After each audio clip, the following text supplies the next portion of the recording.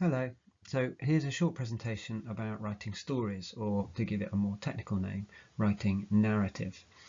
Really what this is about is planning stories that are going to engage your reader, make them want to read it. I know it's a test, I know you're going to be in an exam under pressure, but you still want your reader to want to read the story and to be interested in what you're telling them. I want you to remember that you've only got 45 minutes for this task, but this is very important. You take a good deal of that time to plan it, to make sure that this isn't something that you've just dashed off the top of your head, because those are the worst kinds of stories that often go very, very wrong very quickly.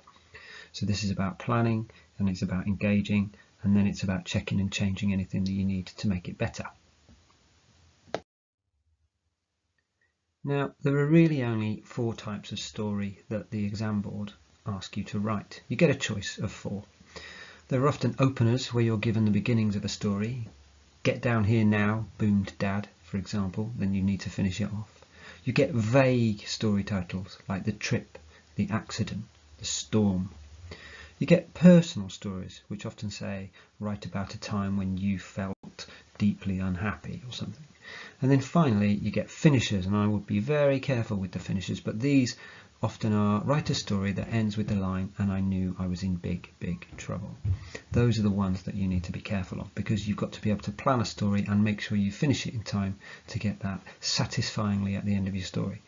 Now, most of you will fall into 2 types: people who love writing stories and are creative, and those of you who have always, for one reason or another, struggled to write them. So you've got 2 choices when you're faced with this. You either remember something that's happened, which is what those cogs on the left are all about, that you need to get the gears working in your brain and try to think of something that really happened to you so you don't have to imagine anything. But on the right there, the light bulb, because that's what that is, the light bulb suggests that you can imagine something and create something from your brain, and that's the story that you're going to tell. Now there might be, I suppose, a situation where you're somewhere in between the 2, but it's better to say to yourself, I'm not very good at writing stories, right, I'm going to remember something that happened to me or a friend or someone else. Or, I'm really good at writing stories, here's my opportunity to be creative and imagine the perfect story that fits one of these 4 titles.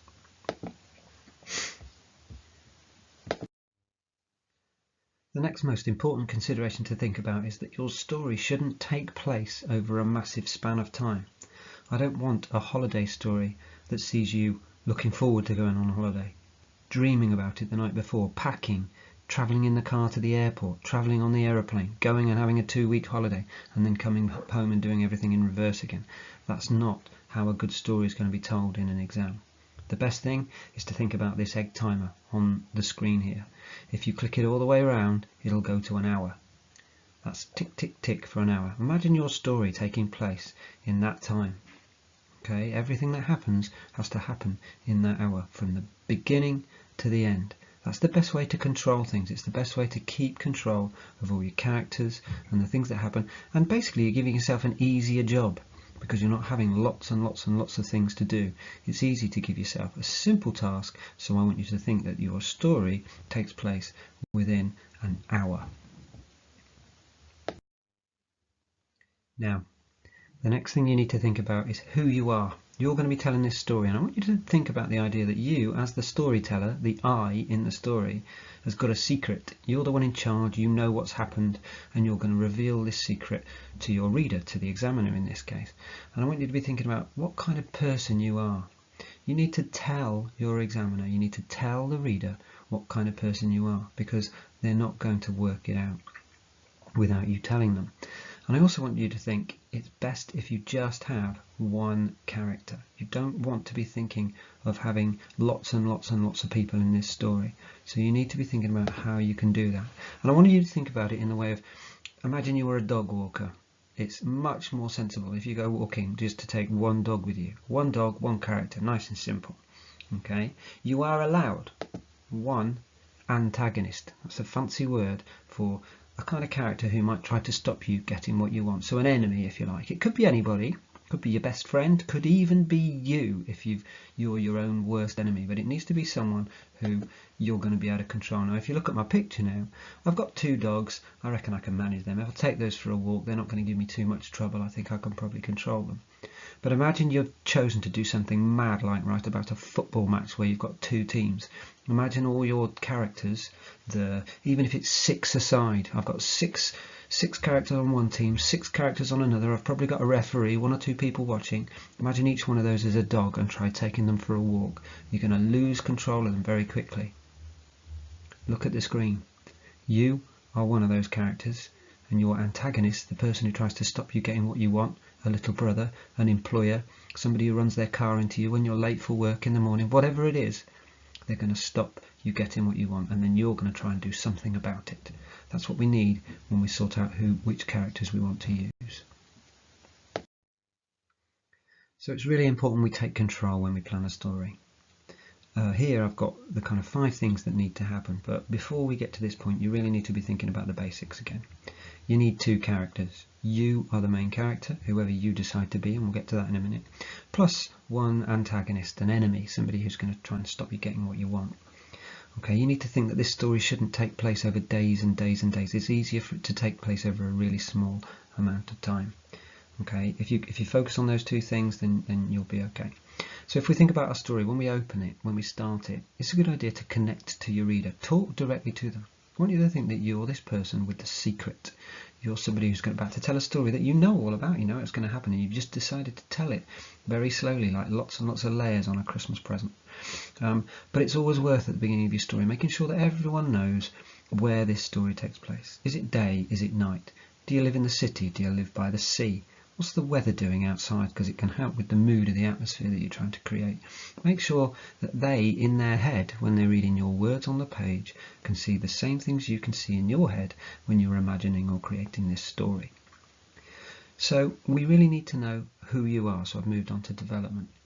They need to know what kind of person you are, because that will determine what they think will happen when you're faced with your problems, which we'll get to in a minute.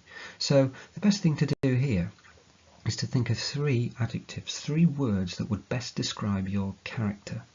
All right, so the kind of idea would be that they are loyal, brave, but suffering from envy, for example. So they would be different, wouldn't they? That would give your character a bit of interest. It would be quite a good thing to do, to have 2 words that describe them that are kind of similar, and then one that just throws it slightly sideways, makes them a bit more of an interesting character.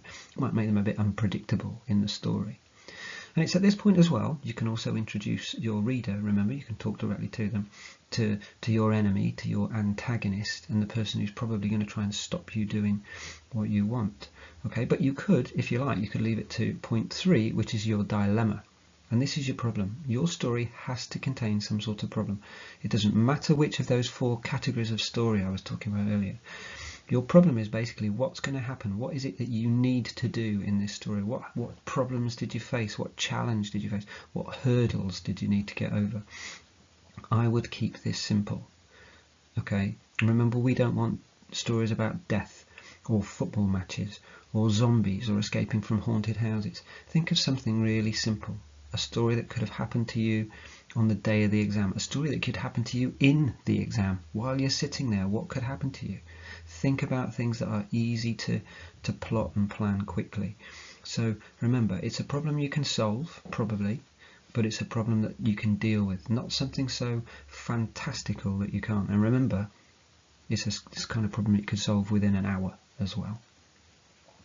So then, obviously we're writing these, and often you say to me, is each one of these a paragraph? Well, it could be, couldn't it? Your opening paragraph is you talking directly to your reader, maybe asking them a question, and setting the scene, helping them know where this story takes place, when it takes place, and helping to set the scene with the weather to create the mood. Okay? You're trying to help them build a picture, so you work your way through. By the time we get to number 4, reaction, this is what your character is going to do. So each one could be a paragraph. Okay, your opening, your development, introducing yourself. Okay, the problem that you face, that could be your 3rd paragraph, and your fourth paragraph is, well, what does this character do when faced with this particular problem?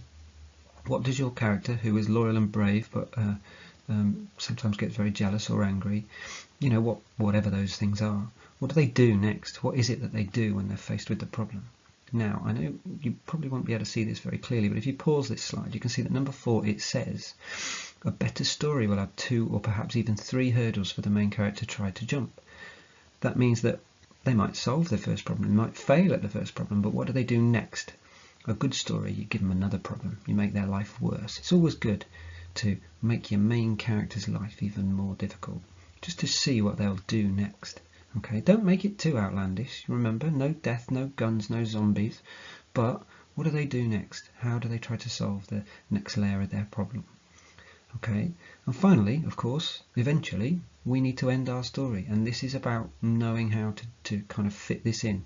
Not to just jam it on the end because somebody's told you to put your pen down in a test, but to know that by the end of the story, you want something sensible to happen. Now remember, no, it was not all a dream. Stories are cheap if you do that. You've tricked your reader into believing things that really happened, that they cared about, didn't happen at all. Okay, the easiest thing to think about is, well, it doesn't have to be a happy ending, but maybe you can tell your reader that you learned something. Maybe it was that you learned you should never play with matches, that you should never upset your best friend. Okay, so something simple that you tell them that you've learned, and you've obviously learned it based on the things they've just read about you. Okay, did you get what you wanted at the end of the story? You don't have to. Stories don't have to be neatly everybody getting what they want. That's not real life, and what we're trying to do is actually write about something that probably could have happened. So think about that. It doesn't need to be neat. So you've got here a simple process that you need to plan on a piece of paper. Where does your story start? Who are you? What's your problem? What do you try to do about your problem? And how does that all end? It is as simple as that. Some of you make things way too complicated. You think you've got to write something that you could read in a book from the library. You're trying to pass a test here, and there are only certain things you could do. So we've got to be realistic. Okay? So think very clearly about how you're going to tell this story. And if you remember these 5 steps: opening, development, dilemma, reaction, resolution. They're 5 simple steps to telling a story that works, that's engaging, that will have some interesting elements to it. And just make sure that at each of those stages you're thinking about your reader. Talk to them, tell them your secrets, because you know how it's going to end. So once we've started to write, because we've planned it, we need to be thinking about this cycle that I've put on the screen here, starting on the right hand side there with write, obviously. So we've planned it, we know what we're doing, and we've started to write our paragraphs. I would write a paragraph, then follow the arrow around, I would read it, and I would check it. I would check it very carefully, and then I would change it if I needed to. And I want you to think about just those things I've put up in the top there. You're looking for ways to spot any spelling mistakes that you might have made, because you're in a test. You may make some. Okay, I want you to be thinking about punctuation. Now there are 2 things here that maybe you've made an incorrect choice for a piece of punctuation. You've put an apostrophe in just because you've stuck an S on the end of a word, or you might have stuck a comma down because that's what you keep doing in your writing. You need to think very carefully, am I certain this is right? If it's not, get it out. But there's a second thing, which is that you could improve the punctuation. Maybe there's an opportunity to turn up the volume by using an exclamation mark, or maybe slowing things down with a dash, or using what we call parenthetical commas or brackets to add extra information that would help our reader. These are things that will get you a better grade because it's punctuation variety. You might also be looking for those words that are a bit simple, the kinds of words you learnt in primary school that you could be improving upon now, because we've got to show some progress. So you need to think about whether there are lots of words that are a bit too simple, and whether you could stretch a sentence by maybe putting in an adverb or adding an adjective that will help it. And then you need to decide whether you've written 2 paragraphs in one, that you've maybe changed the topic or the time or the person or the place halfway through. And of course I've just put 2 forward slash lines there, which is what you'll need to do in your paper to indicate to the examiner that you really wanted a paragraph break, but because you're in a test you forgot to put one. Okay, and that's another way of showing it. So we're showing improvement as we go along. 1 paragraph, 1 process to check and change it, and then move on to the next one, which is why it goes round and round. As you can see, it's about checking and changing as you go along. Okay, and if you do that, and if you follow the steps that I've gone through, you'll be keeping things simple. Remember, this is the kind of story that you need to do for a test, not to write a novel that wins a prize. This is all about passing a test, and there are certain things we've got to do here to make your life simple, and I hope that what I've tried to do here is just to show you how we can make it simple. You will be absolutely fine.